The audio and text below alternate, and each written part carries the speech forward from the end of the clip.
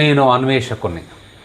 అహమనే వదిలి అంతరాలు తొలగించుకొని మమతల మాధుర్యంతో అందరినీ కలుపుకొని బంధాలతో అనుబంధం పంచుకుంటూ ఆత్మీయుడనయ్యే ఆప్యాయతకై నేను అన్వేషిస్తాను. ధర్మాధర్మ విచక్షణ చక్షులతో లోక కళ్యాణార్థమై నీతినాచరించే విజ్ఞానినై నిబద్ధతతో ధర్మరక్షణకై నిలిచే ధైర్యంకై నేను అన్వేషిస్తాను. అయిన వాళ్ళు ఆప్తుల అనురాగమే సంపాదనగా దీర్ఘనిద్రకు చేరేలోపు దేహంపై మోహం వదిలేసి కాయమున్నది సాయం కోసమనే పుణ్యాత్ముడిగా శాశ్వతానందం పొందే మార్గం కోసం నేను అన్వేషిస్తాను. అవును, నేను అన్వేషకుణ్ణి. జాతి ఖ్యాతి దశ దిశలా వ్యాపింపచేయుటకై సృష్టికి ప్రతిసృష్టి చేసే యోగ్యత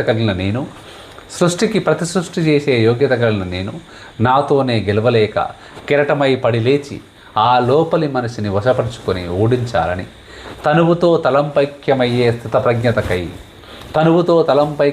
స్థితప్రజ్ఞతపై మనోనేత్రంపై దృష్టి కేంద్రీకరించి నేను అన్వేషిస్తాను.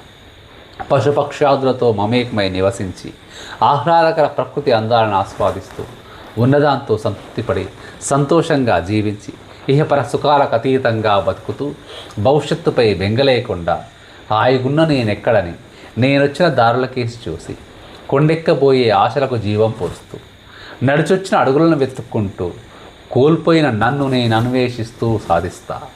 నాటి నా సుందర సుమనోహర బృందావనంలో అత్యాధునిక ఆదిమానవుడనై నే విహరిస్తా. అవును, నేను అన్వేషకుణ్ణి.